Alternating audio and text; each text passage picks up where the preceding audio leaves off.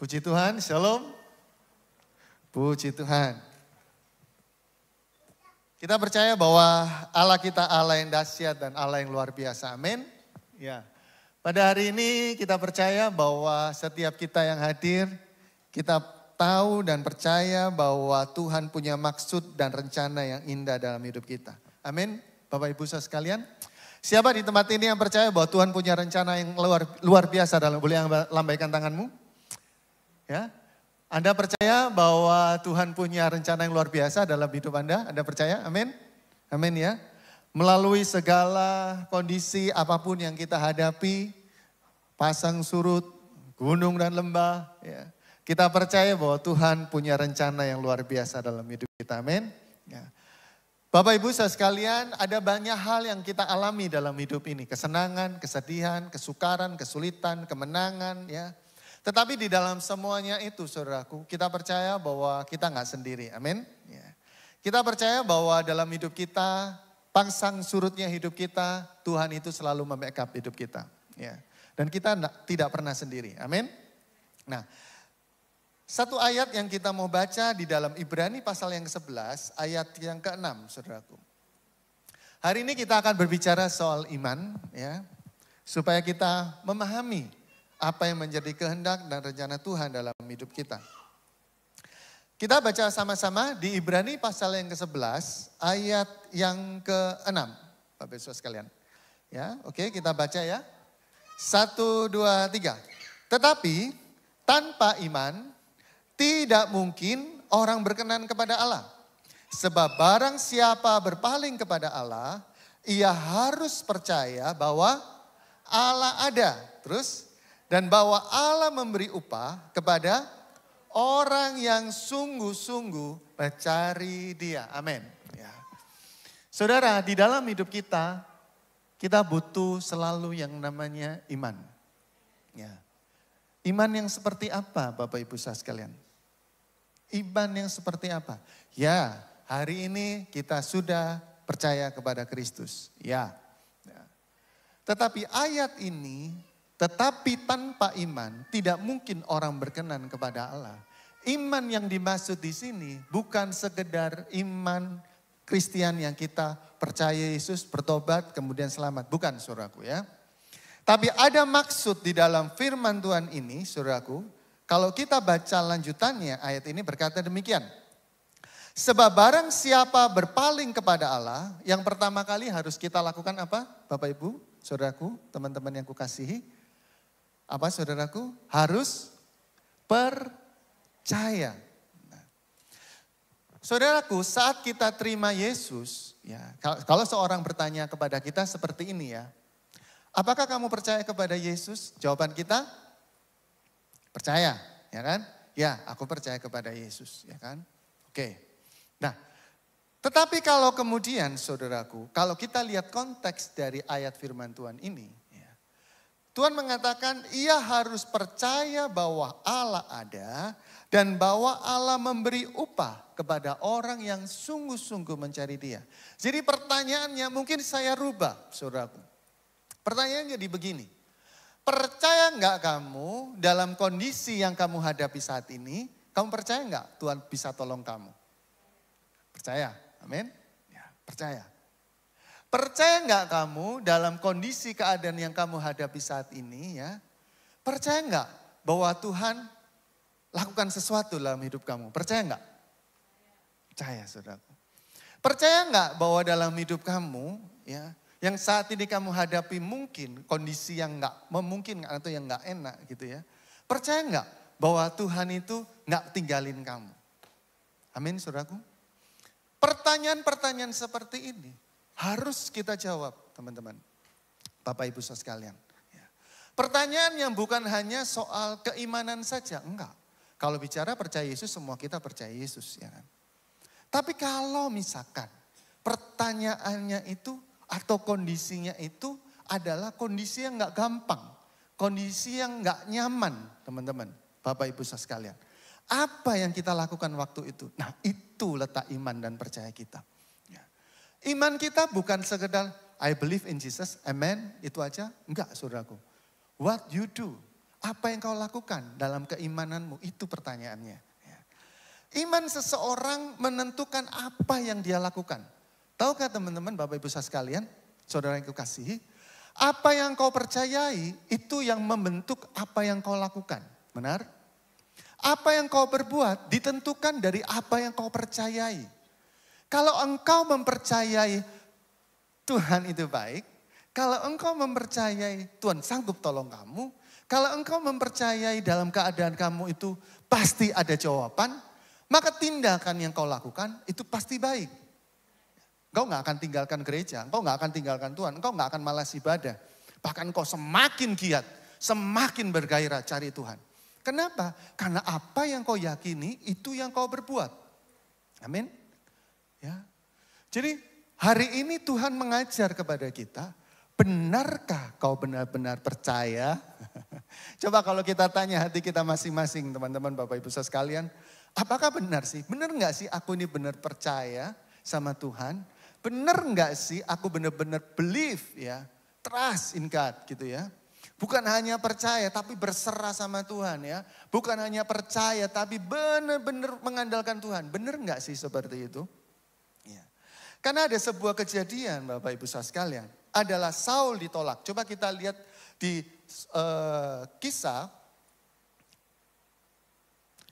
Kisah pasal 13 ayat yang ke-22, kita baca firman Tuhan ini. Setelah Saul disingkirkan, nah saudaraku, Saul itu adalah raja Israel yang pertama. Ya, dia diangkat duluan. Ya, dia sebenarnya nggak layak lah ya. Dia malah minder dia untuk jadi raja. Tapi badannya itu gede ya. Kalau kita lihat keterangan di Alkitab, Saul itu tinggi badannya, kekar, gede. Tapi hatinya itu kecil. Nah Tuhan ngomong udah pilih Saul jadi raja saudaraku. Oke? Dari yang bukan apa-apa dijadikan seorang raja.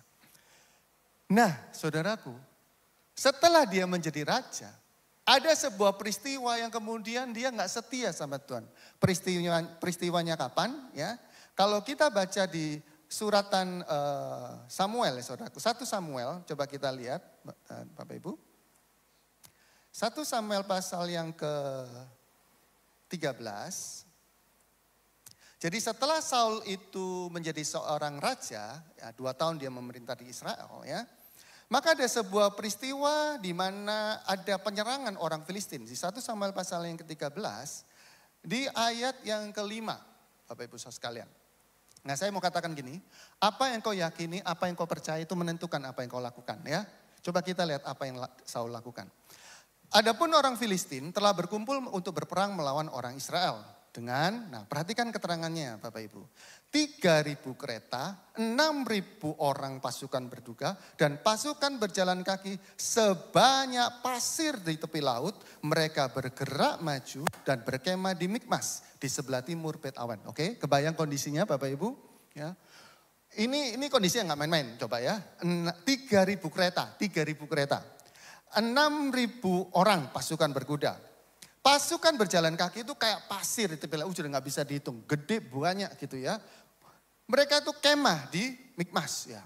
Nah, mau nyerang orang Israel. Nah, ketika dilihat orang-orang Israel, mereka terjepit. Kondisinya tuh mereka kejepit. Ini bukan kondisi yang nyaman, enggak. Ini memang kondisi yang gak nyaman.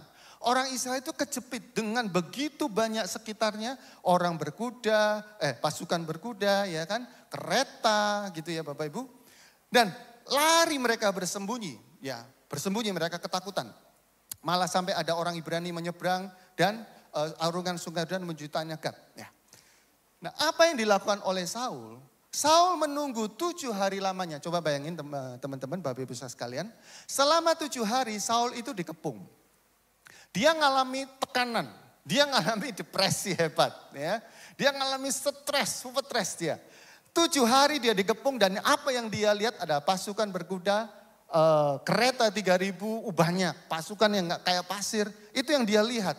Nah, tetapi ketika Samuel tidak datang di Gilgal, ya, ia menunggu 7 hari untuk apa? Sampai waktu yang ditentukan Samuel. Jadi gini, Samuel ngomong, oke Saul, aku 7 hari lagi aku datang. Oke, aku 7 hari lagi datang, tunggu ya. Samuel ngomong sama Saul. Oke, Saul ngomong, oke Samuel aku tunggu 7 hari. Dia tunggu sampai 7 hari, Samuel gak datang juga saudaraku. Samuel gak datang juga. Nah kemudian apa yang dilakukan oleh Saul? Saul berkata begini, bawalah kepadaku korban bakaran dan korban keselamatan itu, lalu dia persembahkan korban bakaran. Kenapa harus dia lakukan? Kalau dia nggak berikan persembahan, dia nggak bisa perang. Karena zaman itu yang dipercaya orang Israel adalah persembahan dulu baru perang. Nah baru saja ia habis mempersembahkan korban bakaran, Samuel datang. Dan Saul pergi menyongsongnya dan memberi salam. Tetapi kata Samuel ngomong seperti ini kepada Saul. Hai Saul, apa yang sudah kau buat? Apa? Kamu buat apa? Saul kemudian menjawab. Loh Samuel, lihat kondisiku itu udah tertekan. Aku lihat rakyat ini berserak-serak sudah ninggalin aku. Aku mau tinggal sendiri nih, rakyat sudah pada lari nyebrang sungai Yordan lah. Ketakutan semua, aku ditinggalin. Dan aku lihat kamu gak datang-datang. Makanya aku langsung bikin korban persembahan. Supaya apa? Supaya ini bisa perang. Kemudian Samuel ngomong seperti ini. Perbuatanmu itu bodoh Saul. Kamu itu bodoh. Ya. Engkau gak ngikuti perintah Tuhan Allahmu.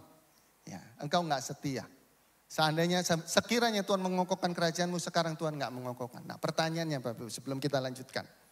Kalau kita diperhadapkan dalam kondisi yang dihadapi oleh Saul, sebenarnya salah nggak sih Saul ini melakukan hal ini? Kalau kita, Anda, saya ngalami kondisi terjepit, ini 3.000 kereta, 6.000 orang, pasukan sebanyak pasir di tepi laut, orang-orang sudah mulai ninggalin, tinggal sendiri. Coba bayangin ketakutan terbesar Saul adalah aku sendirian ngelawan kereta ini, ngelawan pasukan, aku tinggal sendiri. Lah daripada aku sendiri tak bakar aja korban ini supaya semua gak ninggalin aku. Saudaraku, Tuhan ngomong kamu bodoh, kamu salah. Kenapa Saul melakukan itu? Karena dia takut. Ya. Saudaraku, bukan soal benar dan salah, tapi soal respon yang penting. Amin. Bukan soal keadaannya. Keadaannya gak salah. Itu memang keadaan yang harus dialami Saul. Sebagai seorang raja, dia harus pergi perang. Sebagai seorang raja, dia harus bertanggung jawab kepada rakyatnya. Sebagai seorang raja, dia harus menjadi teladan bagi para prajuritnya. Nah, apa yang dilakukan oleh Saul? Dia bakar. Kenapa? Karena dia takut, Bapak Ibu. Perhatikan ya. Apa yang kau takutkan, apa yang kau imani, itu menentukan apa yang kau lakukan. Ya. Kalau engkau gak percaya sama Tuhan, atau kita gak percaya, gak believe sama Tuhan, bahwa Tuhan bisa sanggup melakukan mujizat dan pertolongannya, ya kita akan melakukan dengan kekuatan kita, kan gitu. Ya dengan kata lain gini, sudah Tuhan, kalau Tuhan gak tolong saya, sudah aku tolong diri saya sendiri aja. Kan gitu kan saudaraku ya. Tetapi Tuhan ngomong, kamu bodoh Saul, kamu salah. Seandainya kamu taat, saudaraku, ketaatan dan iman, makanya firman Tuhan ngomong seperti ini. Tanpa iman gak mungkin orang itu berkenan. Ya. Saudaraku, di titik itu sebenarnya Saul mengalami ujian untuk pengokohan kerajaan. Titik itu sebenarnya titik kulminasi, titik penentuan bagi Saul. Dia mau lanjut jadi raja atau enggak. Oke? Titik itu adalah titik kritis di dalam kehidupan Saul sebagai seorang raja. Dan masa depan anak cucunya. Kalau dia salah bertindak di situ, habis dia. Dan betul, dia habis. Setelah kejadian itu, jabatan raja dicopot. Dan keterangan di dalam kesalahan itu jelas keterangannya adalah pengokohan kerajaan. Itu kelanjutan prestasi, saudaraku. Kelanjutan kehidupanmu. Kalau kamu taat, kalau kamu tepat melakukan apa kehendak Tuhan dan punya iman percaya, ya, mau 10 hari mungkin kamu tetap tekun dan setia. Ya. Makanya saudaraku, bedanya Saul sama Daud itu begini saudaraku. Saul pada waktu mengalami ujian perang itu ya saudaraku ya. Dia takut dia berikan persembahan seperti itu kan. Tapi lihat Mazmur Daud pasal yang ke-23. Tuhan adalah gembalaku. Takkan kekurangan aku. Ya kan? Ia menyediakan apa? Hidangan bagiku. Di depan musuh-musuhku. Coba. Prinsip Daud adalah sekalipun musuh di depan, dia tetap makan enak dia di sini saudaraku. Itu musuh di depan, Daud bisa pesta di sini. Pesta dengan siapa? Dengan Tuhan. Berarti konsep dari Daud adalah dia nggak takut sama musuhnya. Dia nggak takut. Yang dia takutkan cuma satu, saudara. Kalau kita lihat kisah Alkitab, cuma satu ketakutannya apa? Jangan ambil rohmu daripadaku. Cuma itu ketakutan Daud. Di luar itu dia nggak ada takutnya. Sudah nggak ada takut. Wong istri orang aja diambil. Nggak ada takutnya itu. Ya, nggak ada takutnya dia. Wong istri orang aja diambil. Bikin sensasi Daud itu. Udah. Ya kan? Ketemu sama Nabal, istrinya juga diambil sama dia kan. Istrinya Nabal, tahu ya kisah Alkitab Nabal ya. Mati karena bebal, makanya namanya Nabal. Ya, makanya hati-hati saudaraku yang bebal-bebal bisa mati saudaraku. Itu keterangannya begitu, Nabal itu orang bebal, makanya mati dia. Istrinya ikut Daud, saudaraku. Saudaraku, Daud ini beda gitu ya, beda.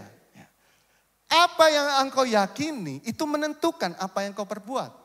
Kalau engkau punya iman, responmu beda. Kondisinya memang beda, kondisinya memang gak baik, ya. Tapi responmu itu yang menentukan. Waktu Saul responnya salah, putus dia. Sudah, Saul karena kamu bodoh, kamu salah, udah selesai. Ya, kamu gak bisa masuk. Ya.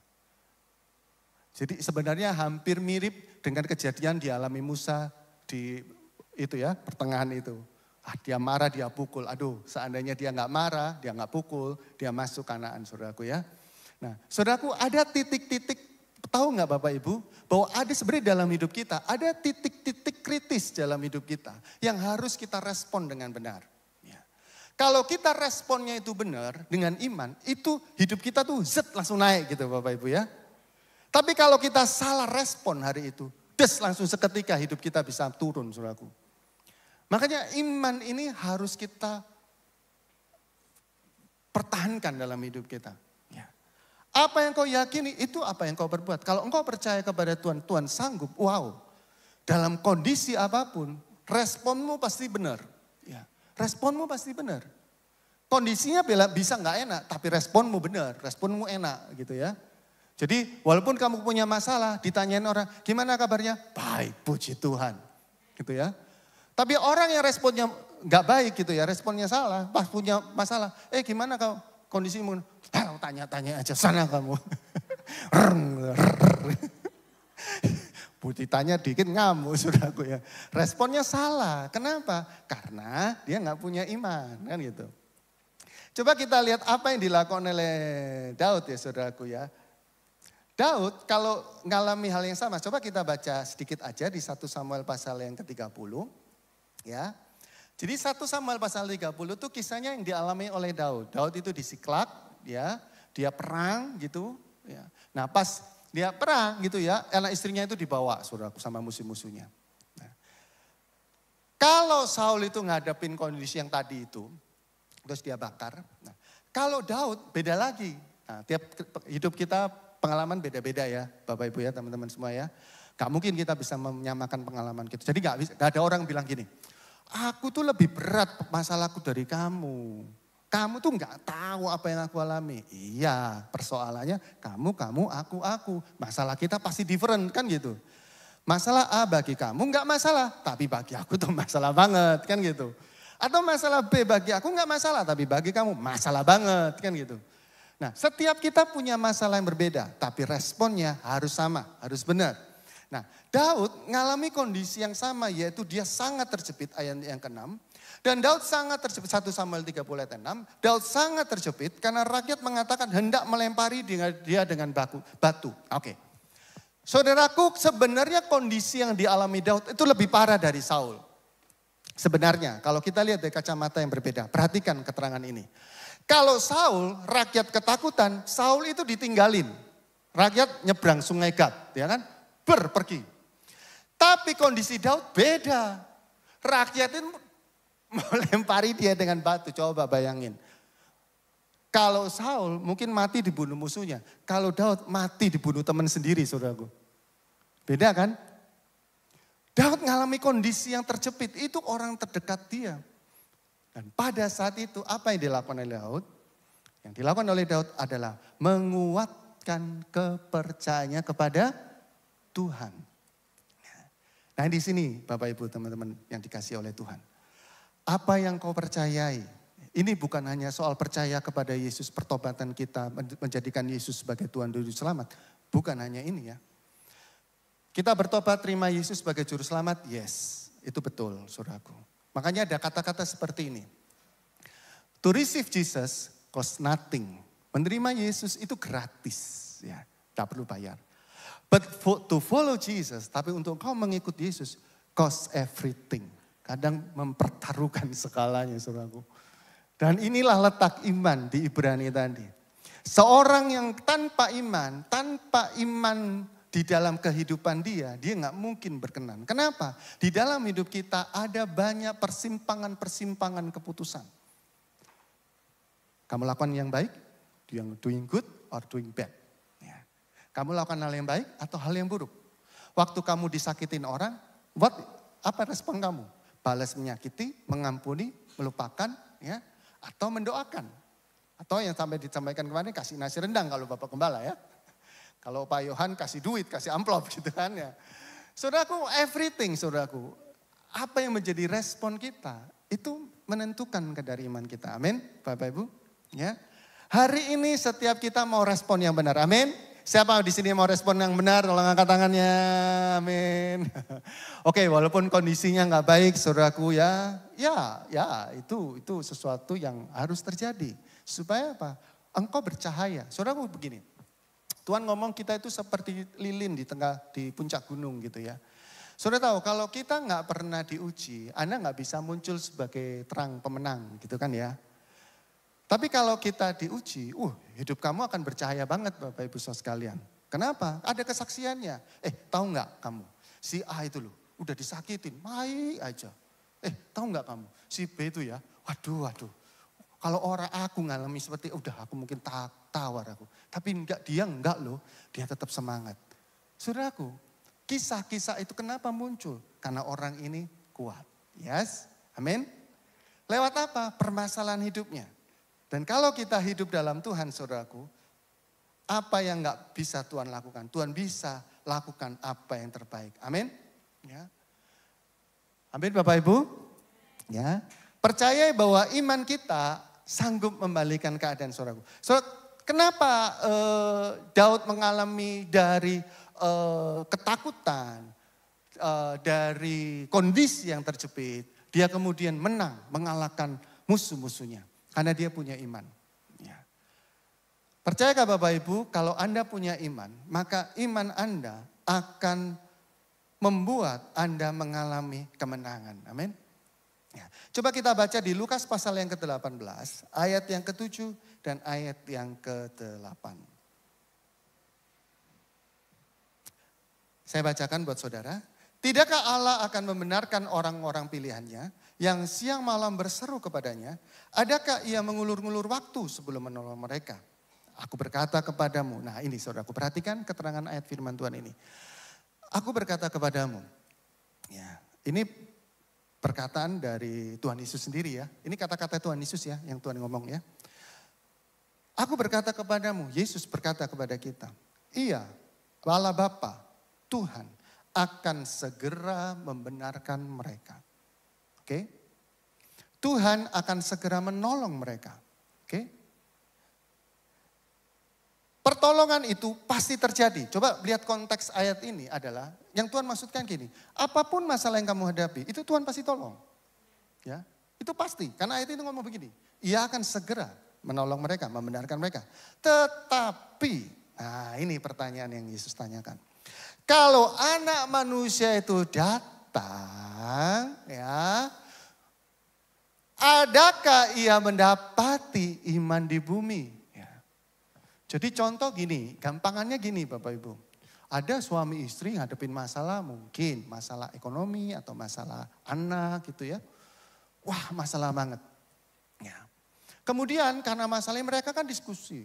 Nah diskusinya tambah lama tambah panas. Lama-lama cekcok saudaraku, ngamuk, berantem suami istri. Das. Nah ayat ini ngomong gini, ia pasti akan datang. Waktu cekcok Tuhan itu datang saudaraku. Pertanyaannya, waktu Tuhan datang dia tanya, nah ini yang aku dapatin apa ini? Iman atau percecokan gitu saudaraku ya. Perhatikan ini, pertolongan pasti ditolong. Pasti ditolong. Dan itu gak berlambat-lambat. Tapi kalau Tuhan itu datang menolong, yakinkah atau sudahkah atau waktu itu benarkah kita punya iman? Saudaraku, kalau kita punya iman, Tuhan datang klop. Oke? Waktu Tuhan tolong, iman kita ada. Itu keren, saudaraku. Yosafat pada saat ngalami tekanan, dia diuji untuk ngalami peperangan ya.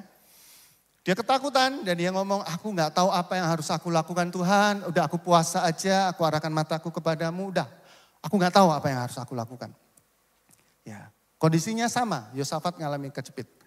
Dan pada waktu dia doa puasa, dia bersuruh kepada Tuhan, dan Tuhan ngomong sama dia, udah kamu tenang aja Yosafat, aku akan berperang ganti kamu. Oke? Dan apa yang dia lakukan Yosafat, dia bangun pasukan pemuji, penari, masuk peperangan. Wah ini, orang lain mungkin pasukan prajurit di depan ya, penari di belakang, tapi Yosafat enggak bikin penari di depan. Wih siapa ini, penari enggak punya tombak, enggak punya pedang, punyanya rebana. Nah disuruh maju di paling depan, saudaraku. Gimana coba cara pemikirannya ini? Ya, ini stres, depresi atau bagaimana saudaraku ya? Tapi lihat, ya, orang yang punya iman kadang unik saudaraku ya. Sudah pemuji di depan. Karena Tuhan ngomong, nah ini kuncinya. Karena Tuhan ngomong, dia yang berperang ganti kamu. Berarti kan kamu gak usah perang, kan gitu konsepnya saudaraku. Kamu diam aja, berarti kan gak perlu perang. Lah kalau gak perlu perang ngapain? Ya penari aja di depan, prajurit di belakang, kan gitu. Apa yang kau percaya, apa yang kau yakini, itu yang kau lakukan dalam hidup kamu. Ya, Yosafat lakukan itu. Dan waktu dia lakukan seperti itu saudaraku, terjadi penghadangan di depan itu. Kacau balau itu musuh-musuhnya. Dan waktu mereka sampai ke tempat itu, musuhnya udah gak ada, udah bunuh-membunuh dan selesaikan itu. Dan apa yang terjadi setelah itu? Penjarahan selama 3 hari. Kelimpahan terjadi saudaraku. Saudaraku, terkadang dalam hidup kita harus ngalami kondisi seperti ini. Supaya apa? Ada kelimpahan. Pada waktu iman kita sesuai dan Tuhan mendapati kita memiliki iman, maka kita ngalami tuayan, saudaraku. Amin. Jadi pastikan dalam hidup kita, saudaraku, dalam hidup persoalan hidup kita, hidup rumah tangga kita, hidup pekerjaan kita, hidup kita membina anak-anak, hidup kita di dalam lingkungan kita. Ya. Pastikan iman kita selalu ada dalam hidup ini. Ya. Kenapa? Karena iman itu menentukan perkenanan Tuhan. Dan kalau engkau dikenan oleh Tuhan, itu berkatnya luar biasa. Amin, saudaraku. Jadi, mari kita punya hati yang mengasihi Tuhan. Mari kita punya iman di dalam Tuhan. Ya.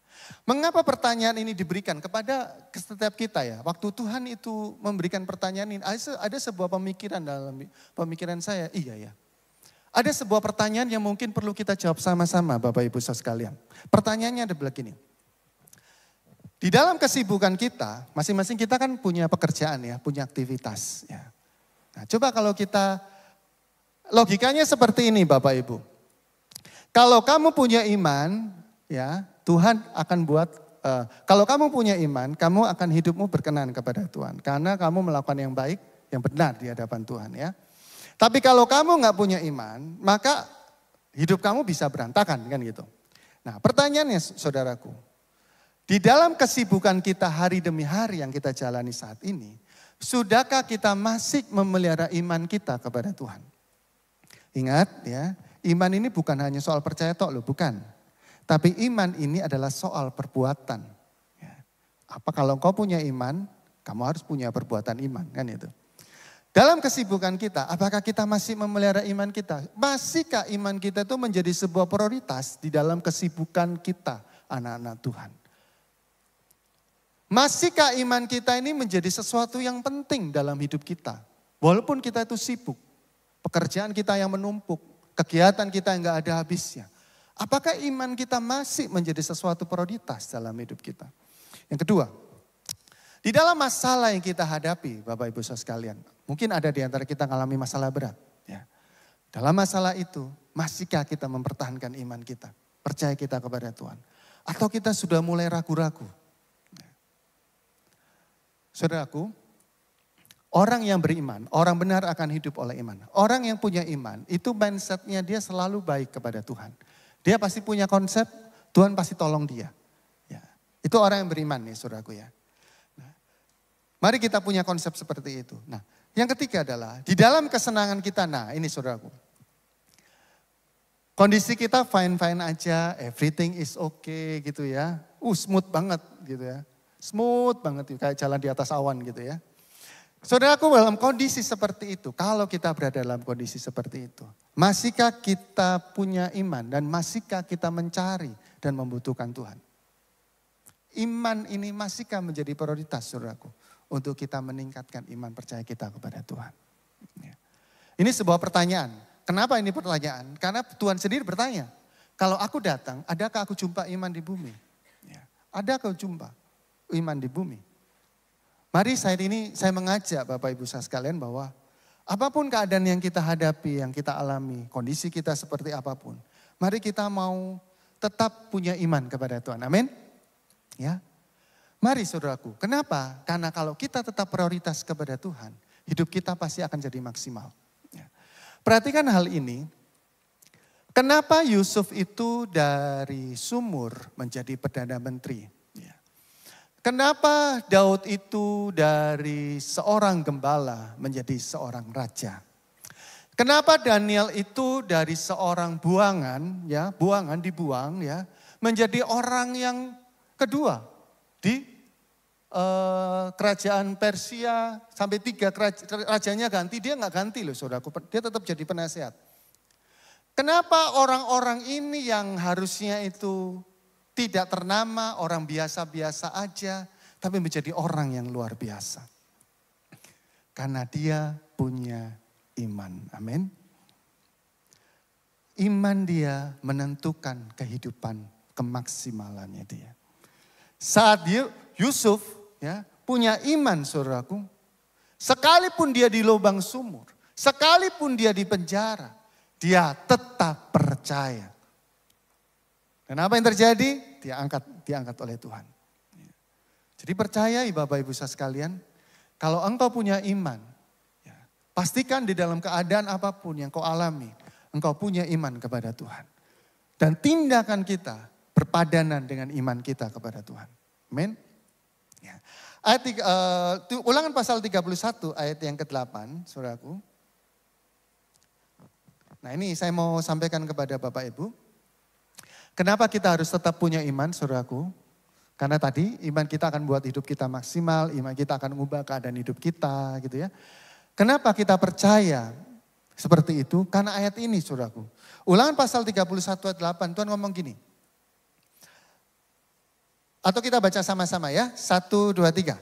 Sebab Tuhan, Dia sendiri akan berjalan di depanmu. Kemudian Dia sendiri akan menyertai engkau. Kemudian Dia tidak akan membiarkan engkau dan tidak akan meninggalkan engkau. Karena itu janganlah takut dan janganlah patah hati. Nah karena ini ayat ini luar biasa ya. Zaman sekarang banyak mental-mental strawberry gitu ya. Gampang patah hati gitu ya. Melo-melo banget gitu ya. Tapi Tuhan sudah tahu loh kebutuhan ini dari zaman dahulu nih. Ayat ini tertulis ya. Wah ini firman Tuhan tuh selalu relate dengan setiap kehidupan setiap masa ya saudara. Firman Tuhan gak pernah expired gitu ya saudaraku ya. Relate, selalu relate. Tuhan ngomong jangan patah hati loh. Wih ini tahun berapa ditulis ya. Jangan patah hati. Ya, sekalipun kamu dikecewaan, sudah tenang aja, jangan patah hati kan gitu. Ya, sekalipun kamu maksudnya pasanganmu melakukan hal yang nggak baik gitu ya, tenang, jangan patah hati ya.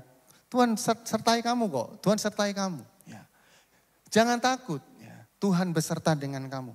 Aku berjalan di depanmu, aku sendiri akan menyertai engkau. Ya, aku nggak akan tinggalkan engkau dan tidak akan membiarkan engkau, saudaraku. Ini janji Tuhan buat kita. Amin saudaraku. Ya.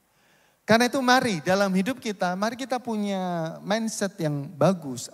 Mindset yang baik adalah hidup kita ada di dalam perkenanannya Tuhan. Ya apapun yang kita hadapi itu variasi, gak masalah Bapak Ibu. Tapi tetap Iman kita adalah iman yang kita persembahkan kepada Tuhan. Supaya apa? Supaya kita jadi kesaksian di dalam hidup kita kepada Tuhan. Amin. Di dalam hidup kita, saudaraku, iman ini memegang peranan penting, saudaraku. Ya. Saudara percaya bahwa hidup Anda akan diberkati? Amin. Percaya Bapak Ibu saudara sekalian ya? Percaya? Ya. Jadi jangan pernah tinggalkan Tuhan Bapak Ibu. Ya. Jangan. Ya. Pastikan respon kita baik, saudaraku. Pastikan kita berespon sesuai keimanan kita kepada Tuhan. Ya. Satu ayat terakhir saudaraku, kita buka di Ibrani pasal yang ke-11 saudaraku. Kita mau lihat firman Tuhan, apa yang diperbuat oleh iman saudaraku. Kalau engkau punya iman, apa yang terjadi setelah itu? Ibrani pasal yang ke-11 ayat yang ke-33. Yang karena iman telah menaklukkan kerajaan-kerajaan. Jadi seorang yang punya iman, saudaraku, dia akan menaklukkan apa? Kerajaan. Raksasa-raksasa dalam hidup kamu. Musuh-musuh kamu yang wow kayaknya gak mungkin, saudaraku. Sama kayak orang Israel waktu yang mau rebut Kanaan. Ya. Mereka ngomong sama waduh Musa itu raksasa semua Musa. Kita itu kayak belalang diinjak mati. Ya. Udahlah gak bisa Musa.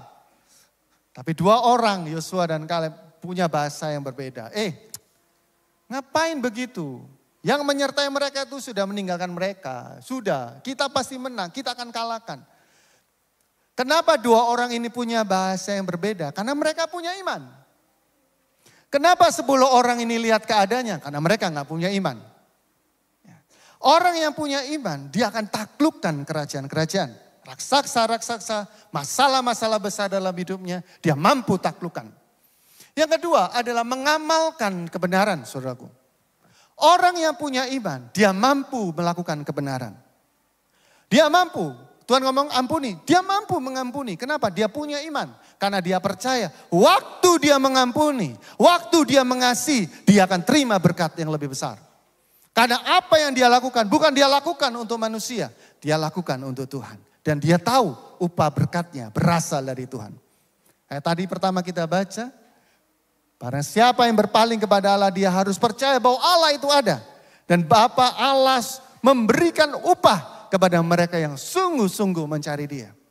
Saat kita lakukan kebenaran, orang lain mungkin ngomong, ngapain kamu susah-susah, pelayanan dari pagi hingga malam. Ngapain kamu ke gereja? Gereja itu 1 kali cukup sudah. Kamu ngapain ibadah sampai 3 kali begitu? Bahkan sampai dari pagi hingga terbenamnya, engkau tetap di gereja, saudaraku. Ngapain gitu kan? Orang yang punya iman, beda orang yang punya iman. Daud itu ngomong gini, lebih baik 1 hari di rumah Tuhan daripada 1000 hari di kemah orang fasik. Orang punya iman itu bahasanya beda Bapak Ibu. Dan orang yang punya iman itu memang hidupnya juga beda gitu. Dia akan terus meningkat bukan turun, enggak. Orang yang punya iman memiliki pencapaian-pencapaian dalam hidup dia. Memang dia enggak langsung gitu ya. Tapi dia ada pencapaian-pencapaian dalam hidupnya. Kemenangan-kemenangan terjadi dalam hidupnya. Karena dia mengamalkan kebenaran. Nah ini selanjutnya. Memperoleh apa yang dijanjikan. Wah ini yang menyenangkan ini ya. Wow. Siapa yang gak senang terima janjinya Tuhan? Wes. Janji Tuhan buat kita itu baik kan? Ya, kau akan jadi kepala bukan ekor. Kemanapun engkau pergi. Wow. Ya, engkau akan diberkati luar biasa. Wow. Engkau akan sehat. Wow saudaraku. Roti makananmu, air minummu akan diberkati. Tidak ada sakit penyakit. Wow saudaraku. Dan itu akan kita terima kalau kita punya iman. Amin. Ya. Saat kita punya iman, kita akan memperoleh apa yang dijanjikan. Menutup mulut singa-singa. Memadamkan api yang dahsyat. Luput dari mata pedang. Telah beroleh kekuatan dalam kelemahan. Ya. Jadi yang lemah, hari ini kita mau menjadi kuat. Amin. Dengan apa? Dengan iman yang kita miliki. Telah menjadi kuat dalam peperangan, telah memukul mundur pasukan-pasukan tentara asing. Ibu-ibu telah menerima kembali orang-orang yang telah mati sebab dibangkitkan. Anda mau terima berkat Tuhan hari ini? Amin. Siapa yang mau terima berkat Tuhan hari ini? Oke. Mari kita mau respon yang benar hari ini. Amin. Bapak Ibu saudara sekalian, ya. Sesibuk apapun hidup kita, ya, atau seberat apapun masalah dalam hidup kita, mari kita tetap pertahankan iman kita kepada Tuhan. Ya. Jadikan iman kita sebuah prioritas, saudaraku. Karena lewat iman itu, lewat iman percayamu kepada Tuhan, ada hal-hal yang luar biasa yang Tuhan mau kerjakan. Ya. Bagi Allah tidak ada yang mustahil. Bagi Allah segala sesuatu itu mungkin. Dan bagi orang percaya segala sesuatu itu mungkin. Ya. Bagi orang yang percaya segala sesuatu itu mungkin, saudaraku.